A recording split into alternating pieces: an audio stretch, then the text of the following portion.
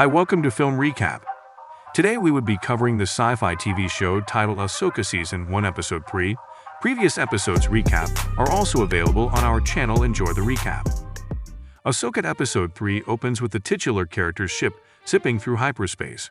Inside, the droid Professor Huyang is running through lightsaber techniques with Sabine Wren. Ahsoka Tano enters the training space, wanting to try a new technique, which Huyang disagrees with. Regardless, Ahsoka tells Sabine that she must open her mind to wield the Force.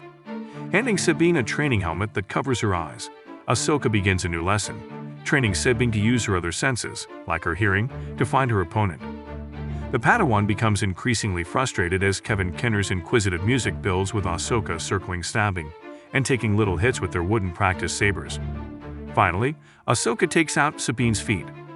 Ahsoka gazes down, saying anger and frustration are quick to give power, but they also unbalance you.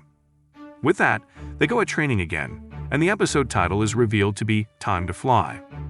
The episode shifts to the New Republic fleet, where Hera Syndulla prepares to meet with Chancellor Mon Mothma and several senators. One is Himeto Ixiono, the father of Kazuda Ixiono, a lovely Star Wars Resistance Easter egg.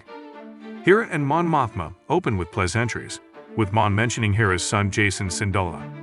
Senator Ixiono wishes to start the meeting, and Hera summarizes the attack on the Corellia shipyards in Episode 2, Toil and Trouble. Some senators blow off the Imperial activity as outliers, but when Hera mentions Grand Admiral Thrawn, the tension rises in the room. Hera wants a task force to search for proof of Thrawn. Senator Ixiono thinks Hera wants to make another attempt to find Ezra Bridger. Hera calls out Himeto for never serving in the war, declaring she fought Thrawn and knows he's no ordinary officer. She wants to prevent another war if he returns. Mon temporarily dismisses Hera as the senators discuss. When Hera steps outside, Jacen and Chopper hurry up to greet her. Back with Ahsoka and Sabine, the Padawan wants to hurry through her training because, well, Sabine was stabbed 2 episodes ago from lack of training. Sabine is frustrated she can't use the Force like Ahsoka can. Ahsoka says it takes time because everyone has the Force inside of them, echoing what Obi-Wan Kenobi told Luke Skywalker in A New Hope. While some people have natural talent, it still takes discipline and training. She advises Sabine to start small with her work. Ahsoka settled into the cockpit with Huyang, who again repeats what he told Sabine last episode. The Mandalorian would not have been accepted by the Jedi Order. Ahsoka says she doesn't need Sabine to be a Jedi. Sabine only needs to be herself. Hera calls them with the bad news that the Senate did not approve their mission. The news worsens as the ship enters the Denab system, where the baddies jam all their comms. They drop out of hyperspace and are immediately attacked by Shin Hati, the mysterious Inquisitor Merrick, and their associates. A battle breaks out as Ahsoka crams in lessons for her Padawan. But nothing is working, so Ahsoka tries a new plan. She lets Sabine lead, telling the Master what is needed in the situation. Master and Padawan begin to work in sync and take out the enemy ships one by one. As they circle the planet, the Eye of Shine comes into view, which is the massive ship being built by Morgan Elspeth to retrieve Thrawn.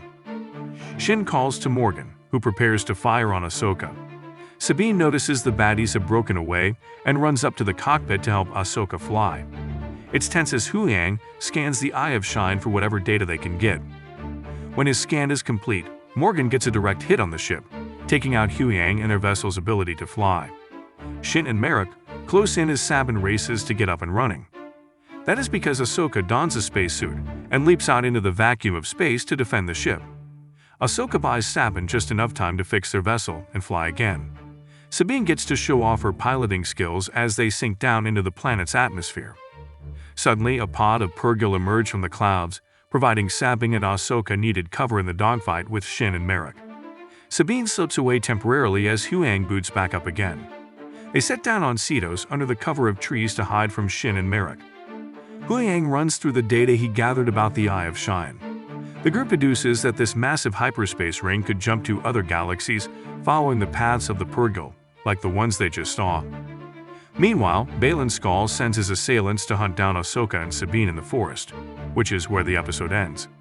If you enjoy content like this, why don't you like and subscribe for more, and we will see you in the next episode recap.